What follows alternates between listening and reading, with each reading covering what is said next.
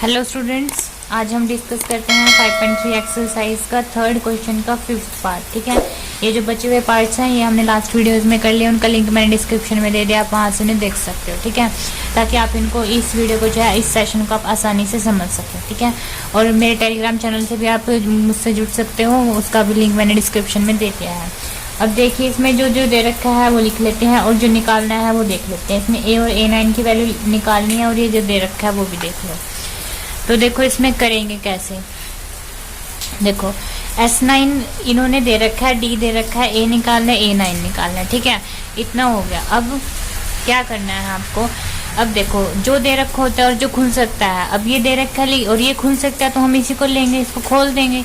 ठीक है, कैसे खोलेंगे, ये फॉर्मूला लगा के, ये फॉर्मूला मैंने आपको बता रखा है। ठीक है, ये फॉर्मूला लगता है जब AN ना दिया हो, जब लास्ट टर्म ना दिया हो तो ये फॉर्मूला लगता है। अब देखो SN है और यहाँ पे जो दे रखा है वो S9 है, तो यानी कि इसका मतलब घुमा फिरा के इन्होंने क्या दे दिया, N की वैल्यू 9 दे दी। ठीक है, तो N की वैल्यू 9 है तो यहाँ पे भी N की वैल्यू 9 पुट करेंगे, 9/2। 2 इंटू A आपके पास कहीं है, नहीं है, इसको एज इट इज रख दो, प्लस N की वैल्यू 9 - 1, N की वैल्यू 9 है, यहाँ -1, और D की वैल्यू कितनी दे रखी है, 5 दे रखी है, पुट कर दो। ठीक है, उसके बाद इसको एज इट इज रखो और 2A प्लस, और एक और बात, ये जो S9 की वैल्यू है वो कितनी दे रखी है, 75, तो S9 की वैल्यू 75। उसके बाद 8, 9 में से 1 8, 8 5 जा 40 आ गया। अब 2 को इधर भेज दो तो कितना आएगा, 75 को 2 से मल्टीप्लाई करोगे। ठीक है, और 9 को इधर डिवाइड में भेज दो। ठीक है, और 2A प्लस 40 इसको ऐसे रहने, जब इसको करोगे तो ये कटेगा, ये जाएगा 3 आएगा, यहाँ पे आएगा 25। ठीक है, और 3 3 तो 9, 3 पे कटेगा मतलब ये। उसके बाद 25 को 2 से मल्टीप्लाई करोगे आएगा 50/3 is equal to 2A plus 40। ठीक है, अब इसको 2A को इधर रहने दो और 50/3 और माइनस का इधर लेके चले जाओ 40 को। देखो ये है ना 50/3 is equal to 2A plus 40 है। ठीक है, हम क्या करेंगे, इसको इधर ले आएंगे 40 को, 2A को इधर रहने देंगे, फिर इसका एलसीएम लेंगे तो कितना आएगा, इसका एलसीएम लेंगे हम तो आएगा आपके पास 120, 3 4 से 12 होते हैं, डिवाइड में 3 2A। अब इसको माइनस करो तो कितना आएगा, 12 में से आएगा 70, माइनस से 70 आएगा by 3 is equal to 2A। अब ये मल्टीप्लाई में इधर आके ये जो 2 है वो डिवाइड में चला जाएगा। ठीक है, उसके बाद ये कट जाएगा 35 पे, तो A की वैल्यू आ जाएगी माइनस का 35/3। लेकिन आपको A की वैल्यू भी निकालनी थी और क्या निकालना था, A9 भी निकालना था। ठीक है, अब A9 का फॉर्मूला लगाना पड़ेगा। A9 को तो निकालने के लिए तो A9 को फॉर्मूला खोलो, A प्लस कितना होता है, 9 से कम कर दो, कितना होता है 8D आ गया। अब A की वैल्यू निकाल ली थी हमने ऊपर, माइनस का 35/3। ठीक है, प्लस 8 इंटू D की वैल्यू कितनी इन्होंने दे रखी है, D की वैल्यू कितनी दे रखी है, 5 दे रखी है।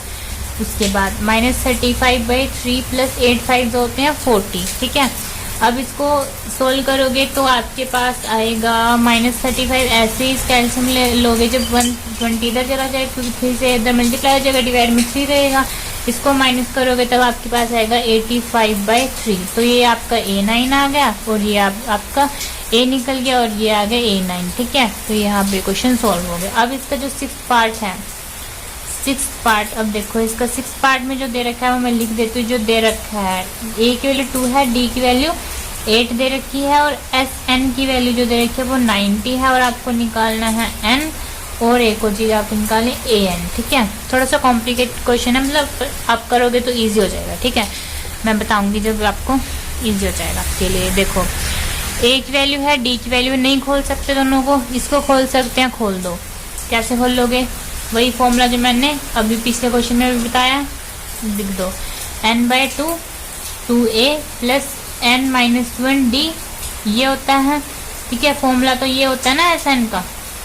अब SN की वैल्यू दे रखे 90, तो हम यहाँ पे क्या लिख देंगे, 90।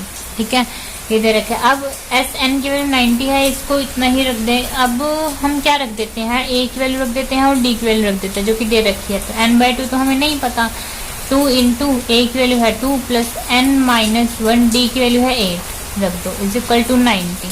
अब अब देखो n/2 as it is 2 to the 4 plus, अब ये देखो ये तो 2 to the 4 हो गया। अब इसको 8 को n-1 के साथ मल्टीप्लाई करो, कैसे आएगा? 8 को पहले n के साथ, फिर 8 को 1 के साथ, तो 8n-8 8n-8 आ गया इज इक्वल टू 90। अब n इज इक्वल सॉरी अंदर इसको n को ऐसे ही रख दो, n को तो यहाँ पे ऐसे रख दो, ये जो 2 है डिवाइड में इधर आके ये मल्टीप्लाई में चला जाएगा, ठीक है। अब 8 में से 4 गया, -4 प्लस 8n, ठीक है, इतना ठीक है। अब n को मल्टीप्लाई कर दो अंदर, तो कितना आएगा? -4n प्लस 8n स्क्वायर बन जाएगा, और ये बन जाएगा 180, ठीक है। अब ये बन गई आपकी, देखो एक तरह से बन गई क्वाड्रेटिक इक्वेशन, ठीक है, क्वाड्रेटिक इक्वेशन बन गई। लेकिन इसमें से हम 4 कॉमन ले सकते हैं ना, देखो 4 2 जा 8, तो 4 यहाँ से कॉमन आ गया, -4 1 जा 4 होता है, तो 4 यहाँ से कॉमन आ गया, बच गया n माइनस। अब जब 4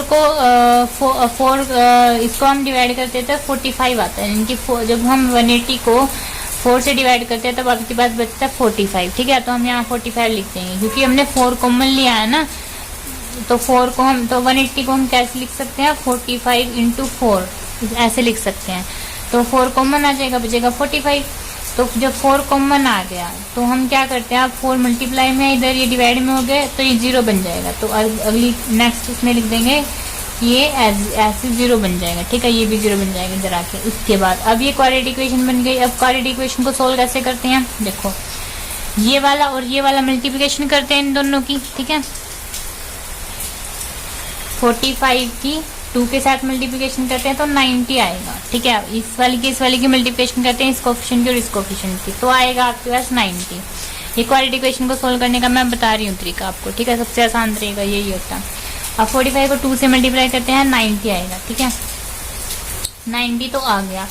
अब क्या करते हैं कि ये जो 90 है इसको हम कैसे लिखें, कि हम इसको कैसे प्लस करो या चाहे माइनस करो, कोई दो फैक्टर्स को, ताकि उसको प्लस या माइनस करके ये वाली यहाँ जो टर्म है वो आनी चाहिए, ठीक है।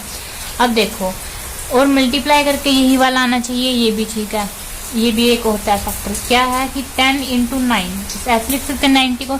अगर 10 को 9 से मल्टीप्लाई करते हैं तो 90 आता है, ठीक है, 90 आ गया। और अगर 10 को 9 में से माइनस करते हैं, अगर 10 - 9 करते हैं तो क्या आता है 1, जो कि यहाँ पे है 1, जो कि हमें चाहिए।